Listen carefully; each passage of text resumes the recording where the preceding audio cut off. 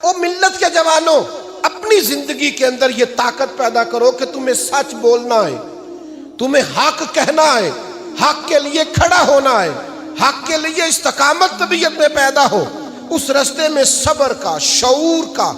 اور شعوری پختگی کا اور بالیدگی کا تمہیں مظاہرہ کرنا آتا ہو، تمہاری طبیعت کے اندر وہ خاص مزاج ہو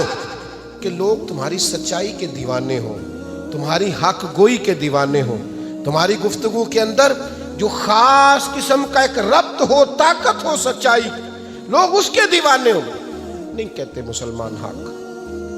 گفتگو کرنی ہے تو وہ اس طرح کی کرنی ہے کہ یہ بھی راضی رہے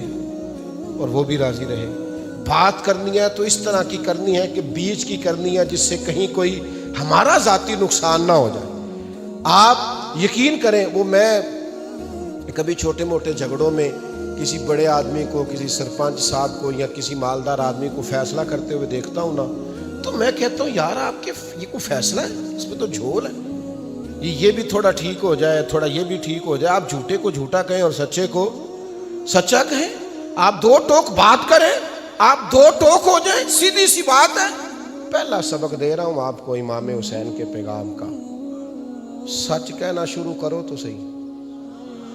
ہاں سچ کہنا شروع تو کرو تو صحیح، بہت ساری جڑی بوٹیاں ویسے ہی ختم ہو جائیں گی۔ آپ حق بات کرنی تو شروع کریں،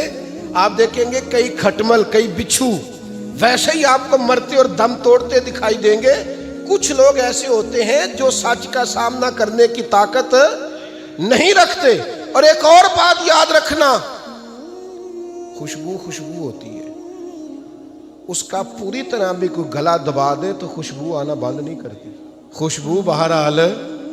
آ جاتی ہے، اس کی ایک اپنی طاقت ہے۔ آپ اس کا گلا دبا دیں، کچھ کر دیں، ہوئی جو خوشبو، اس نے جس طرح بدبو آتی ہے نا، آپ ناک پورا بند کر لیں تو اس نے پھر بھی